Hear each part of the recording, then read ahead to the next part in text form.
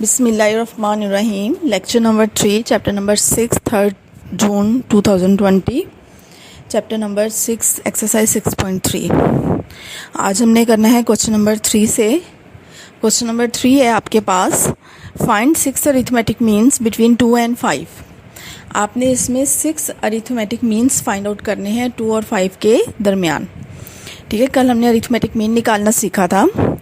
Arithmetic means को आपने capital A1, A2, A3 and so on, जितने आपको अरिथमेटिक मीन्स चाहिए उससे रिप्रेजेंट करेंगे।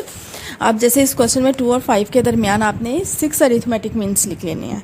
तो सबसे पहले तो हम फर्ज करते हैं, let A1, A2, A3, A4, A5, A6 are 6 arithmetic means between 2 and 5। ये क्या है? 6 अरिथमेटिक मीन्स हैं 2 और 5 के दरमियान। अच्छा, अब इनको ज़रा काउंट करते हैं। टोटल नंबर ऑफ टर्म्स कितनी बनी है? पहली टर्म है 2, उसके बाद दरमियान में 6 टर्म्स लिखी हुई हैं, टोटल हो गई 7, और फिर एंड में लिखा हुआ है 5। तो टोटल टर्म्स कितनी हो गई आपके पास? 8 टर्म्स हो गई। ठीक है, दोबारा बताती हूँ, 2 से लेकर 5 तक जितनी टर्म्स है आपने वो काउंट कर लेनी है, वो आपके पास आ जाएंगे 8 टर्म्स। इसमें पहली टर्म जो है A1 से रिप्रेजेंट करते हैं उसको, वो पहली टर्म क्या लिखी हुई है? 2। उसके बाद लास्ट टर्म आपके पास क्या है? 8th term. ठीक है, अभी हमने काउंट करके देखा, टोटल नंबर ऑफ टर्म्स 8 हैं इसमें। तो 8th टर्म आपके पास कौन सी आ गई? 5। ठीक है, अब 8 टर्म का फार्मूला जो हमने शुरू वाली एक्सरसाइज सेकेंड एक्सरसाइज में पढ़ा था, ठीक है, वो फार्मूला क्या है? हमारे पास टर्म निकालने का A1 + 7D, वो वाला फार्मूला लिख दिया। A1 की जगह A1 की वैल्यू लिख दी, A8 की जगह उसकी वैल्यू लिख दी, 7D वैसे ही आ गया। अब 5 - 2 आपके पास आ गया 3। D का आंसर निकालना है, 7 मल्टीप्लाई हो रहा है, इक्वल के दूसरी साइड पे जाके डिवाइड हो जाएगा। तो अब आपके पास D का आंसर कितना आ गया? 3/7। अब अरिथमेटिक मीन्स के फार्मूले कल हमने पढ़े थे कि पहला अरिथमेटिक मीन है तो A1 + D, सेकेंड है तो A1 + 2D, थर्ड है तो A1 + 3D and so on. जितने भी आपने अरिथमेटिक मीन निकालने हैं क्वेश्चन में।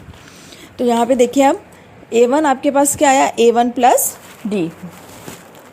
उसके बाद A1 + D है, A1 की जगह A1 की वैल्यू लिखेंगे, ठीक है, और D की जगह D की वैल्यू लिख देंगे। A1 की वैल्यू है 2 और D की वैल्यू है 3/7। एलसीएम लेंगे, 7 × 2 = 14 + 3 17/7। अब A2 आप निकाल लेंगे, A1 + 2D 20/7, A1 + 3D 23/7, A4 आपके पास आ जाएगा इसी तरह 26/7, फिर 29/7, 32/7। ठीक है, अब ये जो हमने A1, A2, A3, A4, A5, A6 निकाले हैं, इसको एक दफ़ा फिर देख लें। अगर आप जैसे आपने पहला अरिथमेटिक मीन निकाला है, उसका आंसर आ गया है 17/7। देखिए, इसमें सिर्फ डिफरेंस कितना आ रहा है? D का। हर अगली टर्म में D ऐड हो रहा है। ठीक है, देखिए पहली टर्म में 1D है, फिर 2D, फिर 3D, 4D, 5D, 6D। ठीक है, आपने क्विक आंसर निकालो, यानी जल्दी से आंसर निकालना हो तो आप फार्मूला लिख देंगे। 17/7 में आप D ऐड कर लें। ठीक है, 17/7 में D ऐड करो, 3/7 ऐड करोगे, दोनों का एलसीएम क्या है? 7। 17 + 7 20/7, फिर D ऐड कर लो 3/7 तो 23/7, फिर D ऐड कर लो 26/7, इसी तरह 29/7, 32/7। ठीक है, ये आपके पास क्या आ गए? 6 अरिथमेटिक मीन्स आ गए बिटवीन 2 एंड 5। अगर 32/7 में आप फिर दोबारा 3/7 ऐड करोगे ना, तो वह आंसर आ जाएगा 5। ज़रा चेक कर लेते हैं। अभी देखें, 32/7 + 3/7, 32 + 3 कितना हुआ? 35/7, 7 5 35। ठीक है, तो अब आपके पास आंसर क्या आ जाएगा? 5 आ जाएगा। ये जो आंसर हमने लिखे ना, इन आंसर को एक दफ़ा फिर देख लें। 17/7, ठीक है, फिर उसके बाद आपके पास है 20/7, 23/7, 26/7, 29/7 एंड 32/7। ठीक है, अगर आप नेक्स्ट आगे D ऐड करते जाएंगे तो अगली टर्म, और D माइनस करते जाओगे तो पिछले वाली टर्म्स आती जाएंगी। अब 17/7 है ना, इसमें से अगर 3 माइनस करो, 3/7, एलसीएम क्या है? 7। ठीक है, 17 - 3 आपके पास कितना आ जाएगा? 14। 14/7, 7 2 = 14, 2 आ गया आंसर। यानी आपने देखा कि 2 और 5 के दरमियान 6 अरिथमेटिक मीन्स हैं, इनमें डिफरेंस सेम है, जिसे हमने कॉमन डिफरेंस कहा, वो कितना है 3/7। अगर हम लास्ट अरिथमेटिक मीन में 3/7 ऐड कर देते हैं तो उधर 5 आंसर आ जाएगा, और फर्स्ट अरिथमेटिक मीन में 3/7 माइनस कर देंगे तो उधर से 2 आ जाएगा आंसर। ठीक है, ये सिर्फ चेक करने के लिए, आपने क्वेश्चन में इसको सॉल्व नहीं करना, ये सिर्फ कॉन्सेप्ट के लिए था। ठीक है, आगे चलते हैं पेज नंबर 2 पे। अच्छा, अब इसके बाद जो दरमियान में क्वेश्चन है ना, क्वेश्चन नंबर 3 के बाद क्वेश्चन नंबर 4 है, 5 है और 6 है, इन सब में आपने अरिथमेटिक मीन्स निकालने हैं। किसी में 3 निकालने हैं, किसी में 4 निकालने हैं और किसी में 6। प्रोसीजर सेम है, जो हमने कल किया था वो, और जो हमने आज अब इस क्वेश्चन में पढ़ा वो। उस प्रोसीजर को फॉलो करते हुए जितने अरिथमेटिक मीन्स आपसे कहा गया है आप वो निकाल लेंगे। अब क्वेश्चन नंबर 7 देखते हैं। क्वेश्चन नंबर 7 है फाइंड एन वैल्यू, हमने एन की वैल्यू निकालनी है कि एन इसमें क्या है, so that a raise to the power n plus b raise to the power n divided by a raise to the power n-1 plus b raise to the power n-1 may be arithmetic mean between a and b।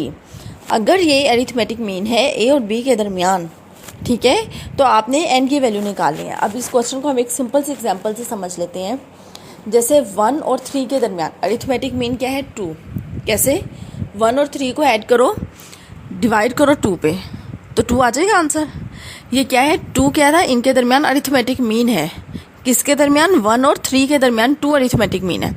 अब ये जो आपको formula given है ना, ये formula जो है वो a और b के दरमियान अरिथमेटिक मीन है। ठीक है, तो अब लेकिन इसमें n की क्या वैल्यू होगी वो हमने निकालनी है। तो सबसे पहले तो हम लिखते हैं कि इफ़ अगर ये अरिथमेटिक मीन है between a and b then, तो हमने इसको अरिथमेटिक मीन के फार्मूले के इक्वल पुट कर दिया। उसका फार्मूला क्या है, a plus B divided by 2। उसके बाद आपने इसमें करनी है क्रॉस मल्टीप्लिकेशन। 2 को मल्टीप्लाई करना है a raise to the power n plus b raise to the power n से। ठीक है, और a प्लस b को मल्टीप्लाई करना है a raise to the power n-1 plus b raise to the power n-1 से। 2 मल्टीप्लाई होगा तो 2a raise to the power n plus 2b raise to the power n is equal to a से multiply पहले कर दिया, फिर b से multiply कर दिया। जब बेस सेम हो तो पावर्स ऐड हो जाती हैं। ठीक है, मैंने बिकॉज करके साइड पे लिख भी दिया। जैसे आपके पास बिकॉज करके जो लिखा हुआ है लाइन लगा के वो बताने लगी हूँ। a की पावर n-1 और a की पावर 1, दोनों की बेस क्या है a। अब दोनों की पावर्स क्या है, a की पावर 1 है और a की पावर n-1 है, तो दोनों पावर्स ऐड हो जाएंगी। 1 प्लस n-1, प्लस 1 से -1 कैंसल। ठीक है, बाकी क्या बचा, a raise to the power n। इस प्रोसीजर से हमने, हमारे पास आंसर आ गया a raise to the power n और बिल्कुल n में लिखा हुआ है plus b raise to the power n और दरमियान में 2 टर्म्स हैं। अब तमाम टर्म्स को इक्वल के एक साइड पे ले जाए, यानी कि हम इसको लेफ्ट साइड पे मूव कर देते हैं। अगर आप राइट साइड पे मूव करना चाहें तो राइट पे भी मूव कर देंगे, आंसर पे कोई फर्क नहीं पड़ेगा फाइनल आंसर पे। ठीक है, उसके बाद 2a raise to the power n है। उसके बाद देखिए मैंने नीचे अंडरलाइन कर दिया और a raise to the power n आगे नेगेटिव में मौजूद है। 2 - 1 1 बचा, इसलिए अगली लाइन में आ गया a raise to the power n। उसके बाद मैंने अंडरलाइन किया 2b raise to the power n को। ठीक है, और बिल्कुल n में इसी लाइन में लिखा हुआ है b raise to the power n negative में। तो 2 - 1 1 बचा, इसलिए पॉजिटिव 1, इसलिए आंसर आ गया plus b raise to the power n, और बाकी 2 टर्म्स वैसे आ गई। ठीक है, अब यहाँ पे हमने क्या करना है कि इसको ज़रा तरतीब देना है। देखिए जहाँ पे a की पावर n है ना, उसके साथ जो टर्म लिखनी है जिसमें a की पावर n-1 प्लस 1 कुछ भी हो, ठीक है ना, a की पावर हो, और b की पावर n के साथ कौन सी टर्म लिखनी है जिसकी b की पावर 1 के अलावा बाकी पावर हो, n में हो। ठीक है, जो भी हो, तो इस तरतीब से हमने लिखा a raise to the power n माइनस b a raise to the power n-1। देखा आपने कि a की पावर n और b के साथ जो a लिखा है उसकी पावर n-1 हमने इस तरह कंबाइन किया। इसी तरह b की power n minus a b raise to the power n-1। ठीक है, अच्छा अब इसमें हमने करनी है फैक्टराइजेशन। ठीक है, छोटी पावर कॉमन लेनी। अब छोटी पावर कॉमन लेने के लिए फिर मैंने लाइन लगा दी है आपको समझाने के लिए। अब देख लें जो b की पावर n है, अगर इसको इस तरह लिख दें b की पावर 1 प्लस n-1। अब देखिए 1 से 1 हो रहा है कैंसिल, बाकी b की पावर n ही बच जाएगा ना। ठीक, उसके बाद हमने ये रूल पढ़ा कि बेस सेम हो तो पावर्स ऐड हो जाती हैं, और अगर पावर ऐड हो रही हो तो इसको अलग अलग बेस में लिख सकते हैं सेम, उनकी पावर अलग अलग करके। तो हम इसको b की पावर n और b की पावर n-1 लिख सकते हैं। ठीक है, इस तरह हम इसमें से फिर कॉमन ले लेंगे b की power n-1। Similarly a raise to the power n, ये क्या कौन सी फैक्टराइजेशन है जो हमने अगले स्टेप में यहाँ पे यूज़ करनी है, ठीक है, ताकि आपको पता चल जाए कि बाकी हमारे पास आंसर कैसे आ जाएगा। अब देखें a की पावर n और minus b a raise to the power n-1, इसमें से छोटी पावर कौन सी है, n-1, तो हम छोटी पावर को कॉमन ले लेंगे। अब a की पावर n है, इसमें से n-1 कॉमन ले लिया, बाकी क्या बचा, a की पावर 1। कैसे बचा, अभी मैंने बिकॉज करके जो लिखा वो उधर आपको समझा दिया। Similarly minus b raise to the power n-1 और ब्रैकेट में a माइनस b बच जाएगा, ठीक है। a माइनस, अब जो नेगेटिव टर्म है इक्वल के दूसरी तरफ जाएगी पॉजिटिव, दोनों में a माइनस b वाला फैक्टर है, दोनों कैंसिल हो गए, ठीक है। अब a की power n-1 is equal to b raise to the power n-1।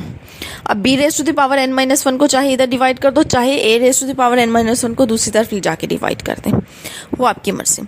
जब मल्टीप्लाई या डिवाइड होके फैक्टर्स खत्म होते हैं तो 1 बचता है, जब प्लस या माइनस होके खत्म होते हैं तो 0 बचता है, इसलिए यहाँ पे क्या बचा, 1।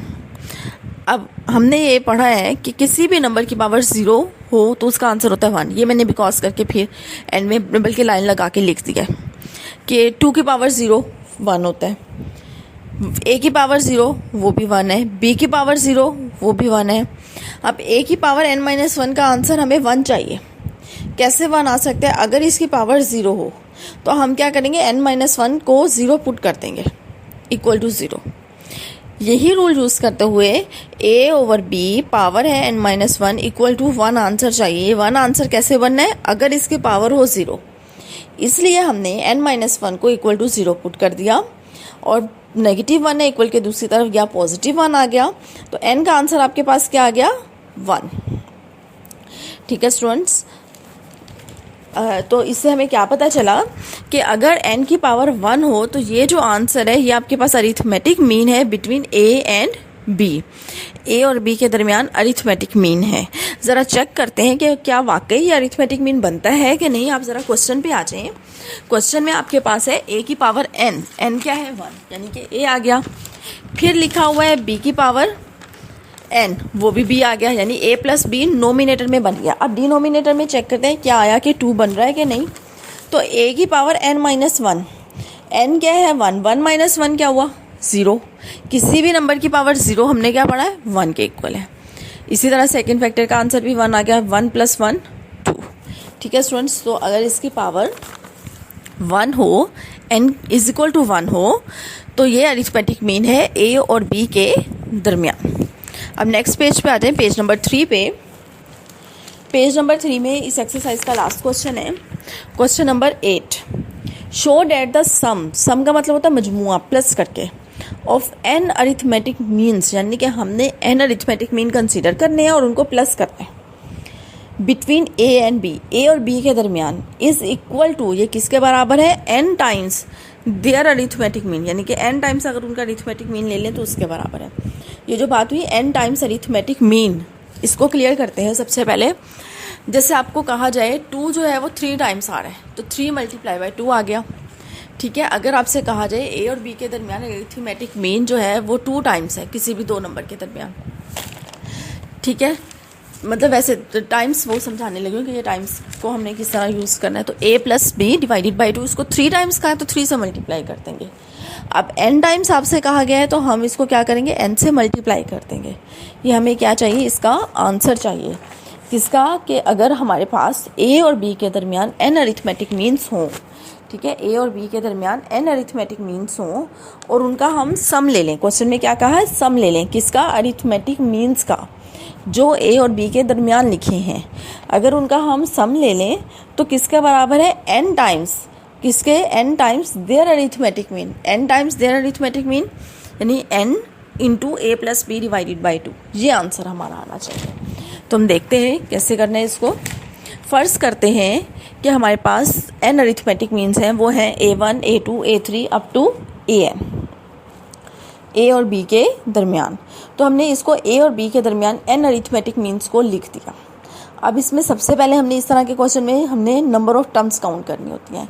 उसका हमने क्या रूल पढ़ा है कि जितने अरिथमेटिक मीन होना पहली और दूसरी टर्म को उसमें प्लस कर लो। अगर 6 अरिथमेटिक मीन है तो टोटल नंबर ऑफ टर्म्स पहली और आखिरी, फर्स्ट एंड लास्ट ऐड करो तो टोटल कितना हुआ 6 हो गए। 6 अरिथमेटिक मीन्स से तो टोटल नंबर ऑफ टर्म्स हो गई 8।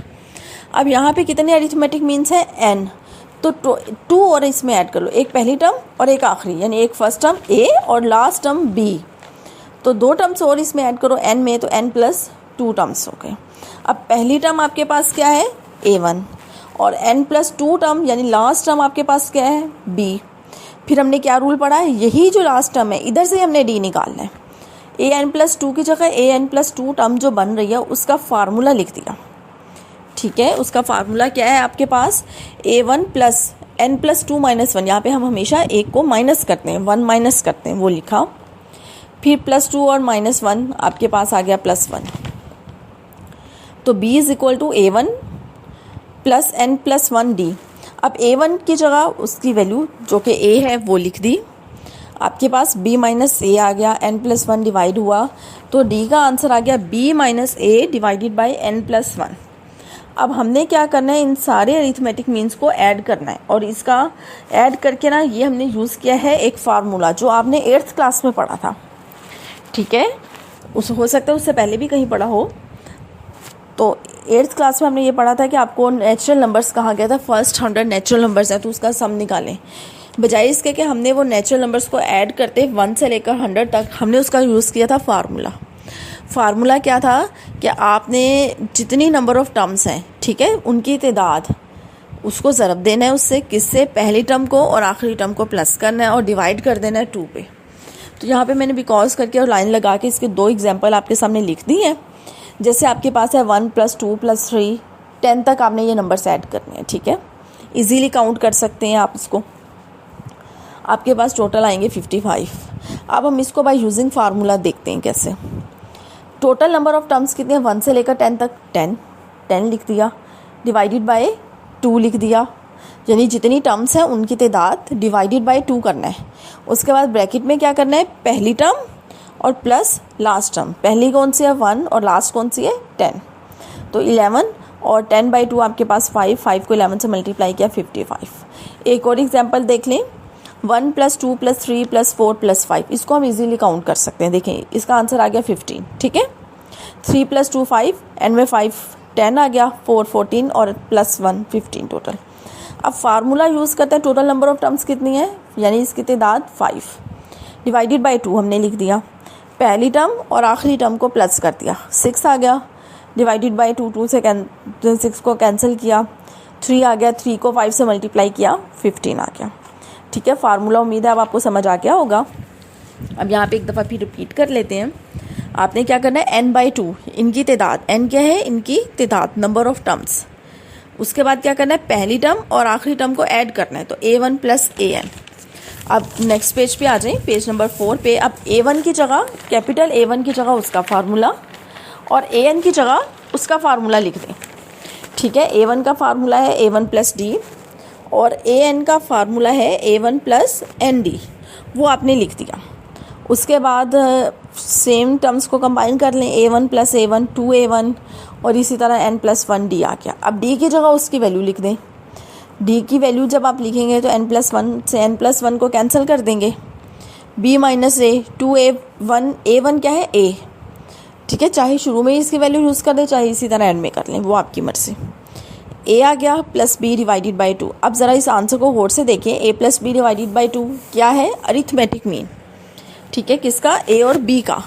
इसको n से मल्टीप्लाई किया, जिससे मल्टीप्लाई किया उतने टाइम्स उसको लिखते हैं, तो ये क्या हो गया, n times arithmetic mean between a and b। तो हमारा आंसर आ गया कि ये n टाइम्स अरिथमेटिक मीन है a और b के दरमियान।